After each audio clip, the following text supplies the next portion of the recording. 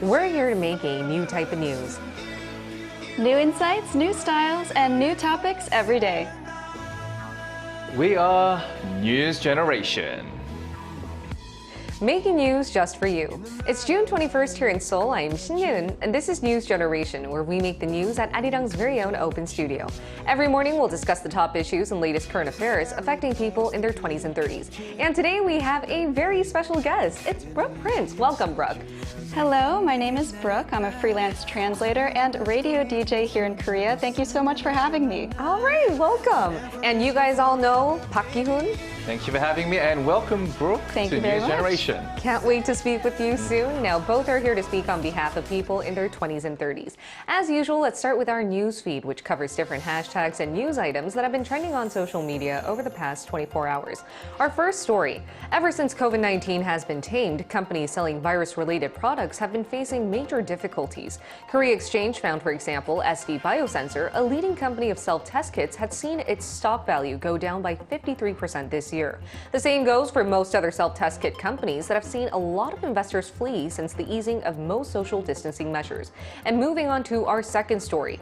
Busan High Court on Monday decided to slap 20 years of jail time on the so-called roundhouse kicker after he was convicted of attempting to murder and sexually assault a woman in her 20s.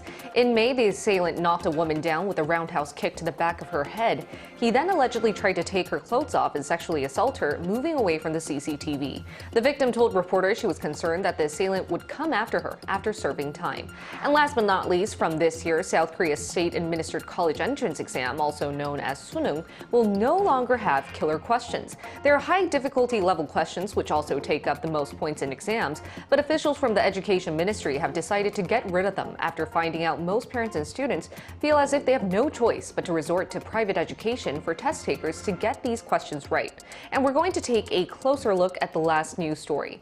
President Yoon even spoke up on this issue, citing how killer questions give more leverage to people who are rich and high up on the social ladder, as they only seem to be solved by those who have access to private education. But many against this move are claiming that it's causing confusion just 5 months ahead of the exam. Some are saying that officials should change up the whole college entrance screening process then, especially as without killer problems, it would be hard to distinguish who did well and can go off to a better college. Now, what are some more arguments in regards to this contentious measure, Ki-hoon, and where do you stand on this issue? You know, I took one English Suneung exam Really? a few years back, just for fun, and I found it very difficult. Much more difficult than the university entrance exam I took in Australia. So, And you're Australian, you still found it difficult. I was very surprised, and I think to some extent, it can become a little easier because I see many high school students go under so much stress, and they just burn out eventually, It's true. Right. just before entering a university. And I think it's not the healthiest way for a student to grow up. And I think going back to your question, the main argument could be the timing of this measure taking place. With only 5 months remaining, I think, so for a reform to fully be implemented and be accepted by the majority of the public, it takes a lot of time, effort, and of course trial and error.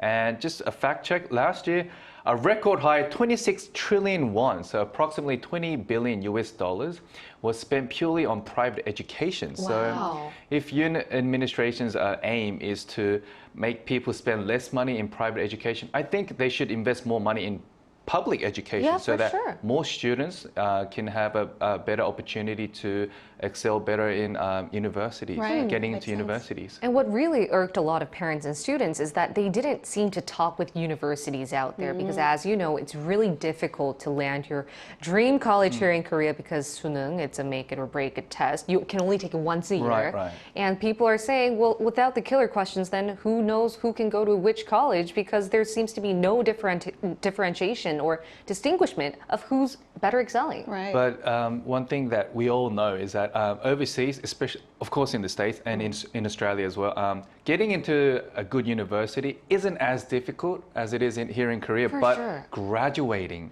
from that university is super difficult. So I think that's one measure that Korean universities can take moving forward. And I think Brooke would know more than me. Yeah, Brooke, you're from the States. Could you tell us how that process goes? Is it really harder to graduate than to get into a good college? And what do you think about people actually suggesting that maybe South Korea can benchmark off the United States as well?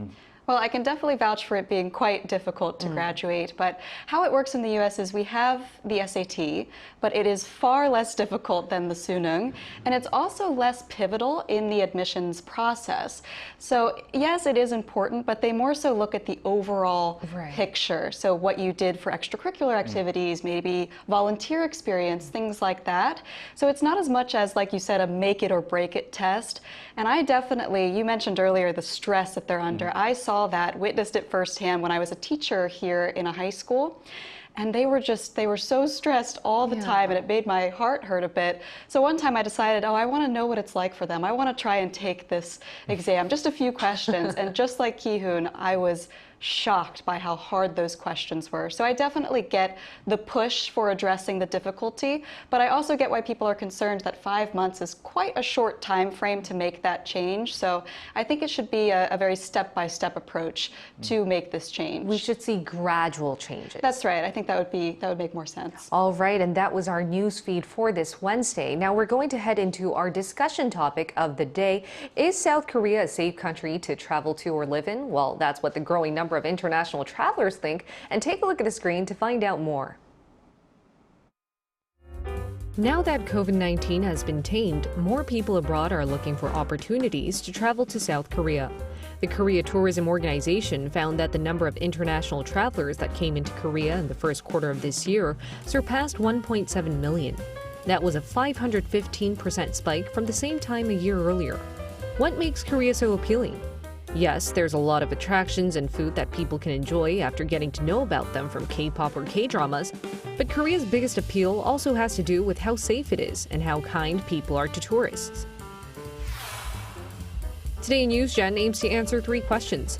1. Is South Korea safe compared to other parts of the world? 2. What makes it so safe? 3. How does this affect South Korea's image? Many visitors seem to love South Korea because it's safe to walk about alone at night and people help you on the streets. And let's find out if most people in our generation agree with this statement by starting off with Brooke. So Brooke, how long have you lived in South Korea, and do you agree that South Korea is a safe country to live in or travel to? Well, I've been in Korea since 2016, so in August it will be 7 years since I've been here. I obviously like it here, and so a lot of people ask me, well, what is it that you love so much about Korea? What keeps you there all these years? And one of my top reasons is actually the safety factor. I think it is so safe here, especially compared to where I was living before. So I used to live in Los Angeles, and I had a lot of really frightening experiences there. I had my apartment broken into a few times, my car was vandalized, had things stolen from me. And so I was really looking for a place to call home that would feel safe. And I found that in Korea. I can walk around alone at night. I feel very safe and comfortable in my home. My possessions feel safe as well. So I've lost things before and gotten them back on the same day, which is unheard of in the States. I've left my phone on the table, walked 10 steps away, realized, oh no, I forgot it, ran back, gone. Within 30 seconds.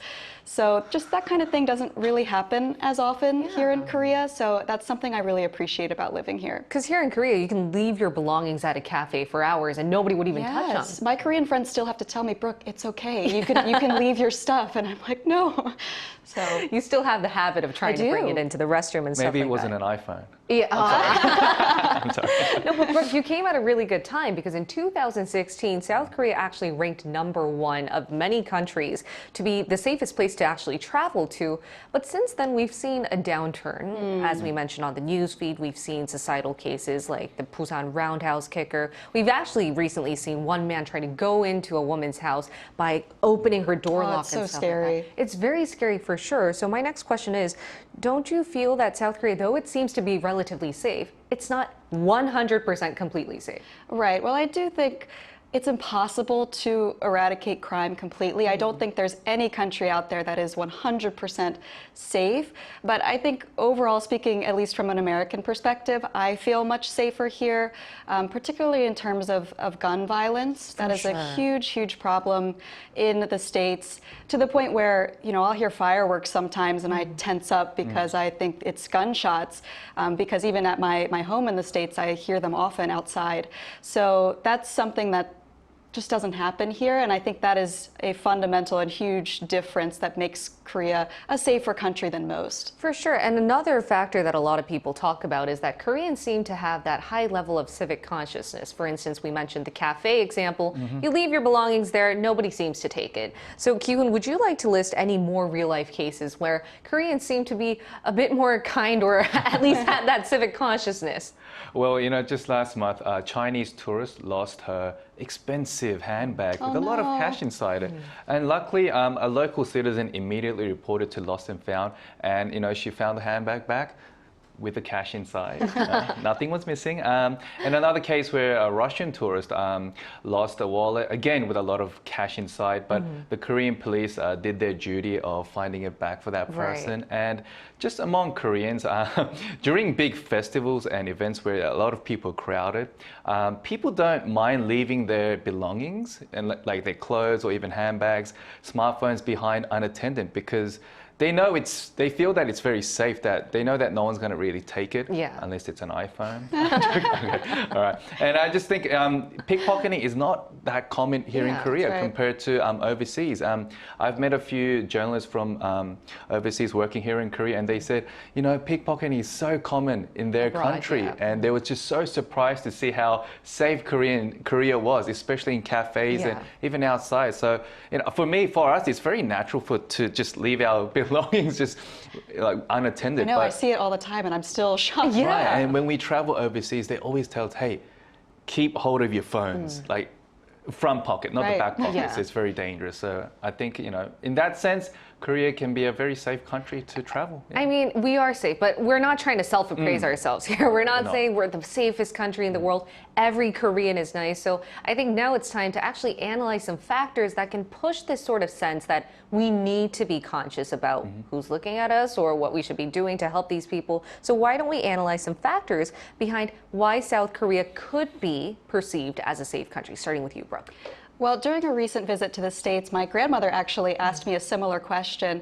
She asked, what do you think we're doing so wrong here in the U.S.? And what is Korea doing so differently to be able to achieve that level of safety?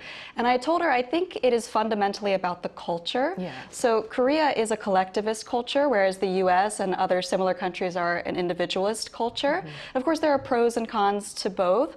But I think for Koreans, being a collectivist culture, it means that they think about the good of the whole rather than the good of the individual. And I think we saw that during the COVID pandemic, especially with the mask mandates. Yeah. So in my country, that was quite a big deal. It was a lot of controversy, a lot of backlash. But here, people just immediately followed the rule. And I think it's because of that collectivist mindset where even though it was inconvenient for the individual to have to wear a mask all the time, because it was good for the country as a whole, they were willing to do it. And I think that's a beautiful thing that a lot of countries could stand to learn from. Yeah, and that collectivist mindset dates way back. It's historically rooted, I think, in our culture because we tend to be a homogenous country. We are very similar alike, and we work and go around with groups. That's why we prioritize our group's needs more than individual needs societally. But any other factors you'd like to add on? The biggest factor would be the large number of surveillance cameras that are operating pretty much everywhere you go. Like even now, everyone's looking at you. So when you try to steal something, you're bound to see some sort of camera like looking down at you. So I guess that's not helping you. That's not going to help you to steal something. You'll just like drop it where it is. And I think Seoul is a very compact and a highly populated city with many stores open 24/7 and people working till late into the night. So you'll see, a lot of people still awake. Yeah. So you'll feel that might give you a sense of safety, like walking home with lights on and like safety streets as well. And lastly, our country, we're known for making one of the best smartphones in the world. So for sure, you've mentioned. Like I mentioned, not iPhones, Samsung. So stealing someone's phone is not really embedded into our culture, and no matter how rich or poor you are. So I guess in that sense, we can still say, Korea's relatively safe country. And if I may add on to the surveillance cameras, it's actually proven that authorities have decided to install so many of these CCTVs to curb the rate of crimes. And actually, every year, Korea installs more than 100,000 CCTV cameras a year. I didn't know that. I know everyone is looking at you, which sort of does stop you from going, too far. And we're going to hear from an expert to find out more on how safe South Korea is in terms of traveling to, and also specifically analyze some reasons behind our country's so-called high level of civic consciousness.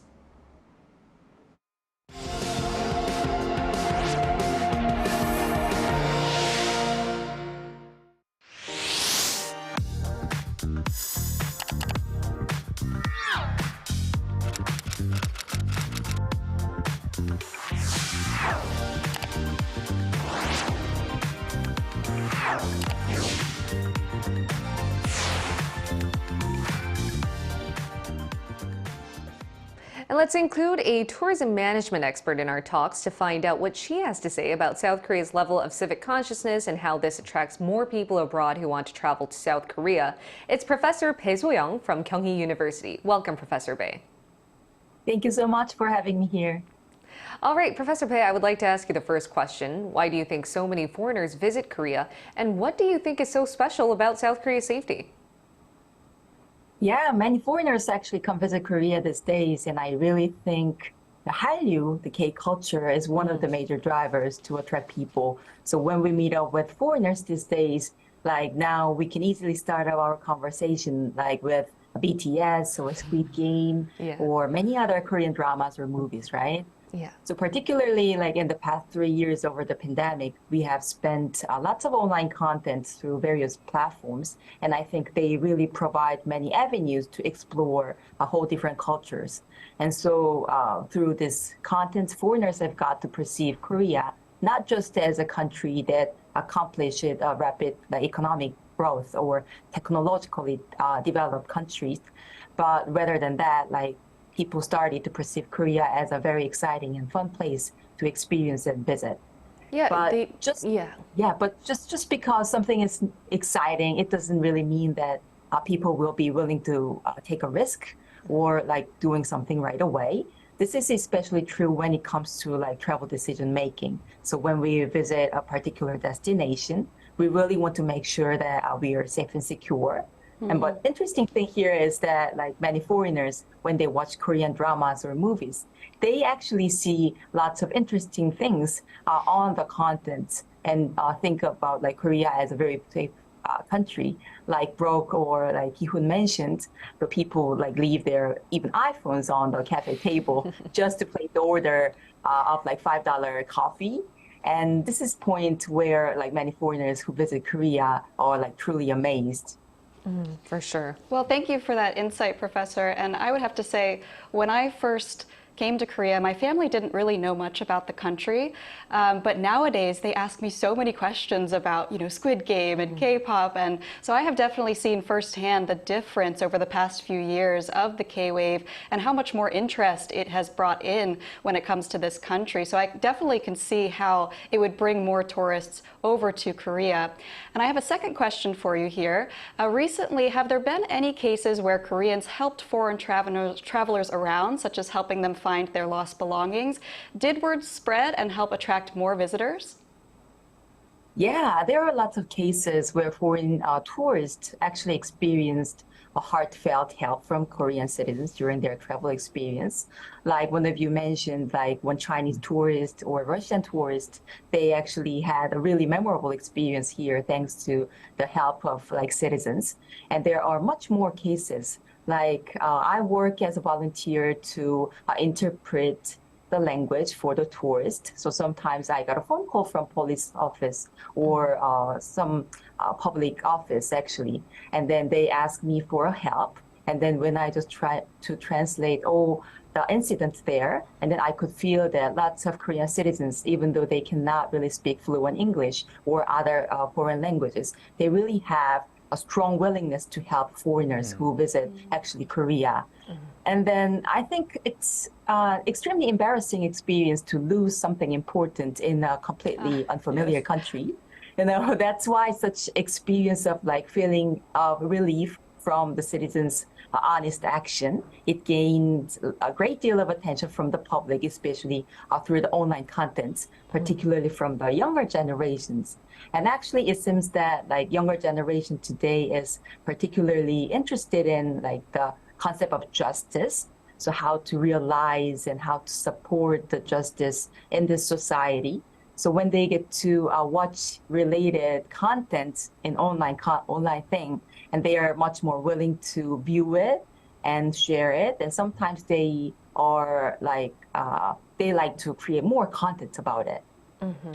You know, I cannot agree with you more. As a millennial, this brings me to our last question. What do you think needs to be done to hook more tourists to come to Korea? And Professor Bae, due to time, if you could specify that to one suggestion, that'd be great. Thank you. Sure. It's quite a difficult question because, you know, travel decision is quite complicated. But I think as an individual level, especially as a citizen of a host destination, I really believe that we really need to have a mature sense of citizenship as a host to welcome incoming visitors. And at the same time, I think we really need to come up with some cultural content and convey such intangible identity thing and culture in a more natural and friendly and intriguing way to attract more people who like to come to Korea. All right. Thank you so much, Professor Bae. Thank you so much for sharing your insights today. Thank you so much for having me again. Thank you. All Thank right, you. and before we continue our talks, we're going to hear from our global viewers on what they had to say on today's topic. Take a look at the screen to find out. Leon Teo says, I live in Singapore. It's one of the safest countries in the world with low crime rates. I definitely say it's safe to travel alone, and there are not many cases of pickpockets. Toby Odd said, when I lived in Korea from 2000 to 2007, I never once felt uncomfortable or in danger. Now in Canada, there are areas in cities and towns where you really must be aware of what's happening around you at all times. Benedict said, Indonesia is safe. There are no mass shootings even in a big city like Jakarta. All right, so our viewers shared how safe they think their country is, but I would like to now wrap up our discussion by asking you guys one final question. Even though South Korea is a safe country, as we've been saying for quite a while now, there are cases when you can lose your belongings or you might get scammed, you might end up in an accident. Any suggestions or tips you'd like to give those who might not be expecting this, starting with you? I mean, if you speak English, just look for any millennials in Korea, because most of the millennials, including myself and Yeon, we're all very fluent in English, so we're all willing to help, so just ask around. Ask around, and I think we mentioned this, it's because we have so much access to English content and education. So if you go up and say, excuse me, a Korean who might not know English would say, I'm sorry, but if they know English, they would immediately help you out. Definitely. What about you, Brooke? Well, I have a similar suggestion, but kind of the opposite direction. I think if you are a foreigner who's coming here, even just to travel for a short time, learning a few basic Korean phrases can really help you a lot. It will help you feel more confident when you're navigating this new country. My family visited recently, and I told them prepare ahead of time, and they really felt the love from Koreans when they were even able to just say thank you or hello. So I think that can help a lot. And, you know, I myself had an experience where I took a taxi when I first got here and I didn't know Korean at all. And so I ended up being charged about 50,000 won for just a few minutes ride. But I learned from that experience that learning the language when you're living in that country is so, so helpful. It is. Unfortunately, nowadays, due to technology's advancement, we don't have a lot of taxi scammers these days because we use online apps to really measure how long and how the meter goes up and stuff like that. So hopefully we're seeing the right direction, going in the right path. All right, and we'll be here every day from 9:30 to 10 a.m. Korea time, bringing you more topics young people are talking about. Special thanks to Brooke Prince. Thank you so much. It was so much fun. It was so happy to have you here. And Park Ki-hoon. Thank you for having me. All right, and thank you everyone for watching. We'll see you tomorrow. We are News Generation.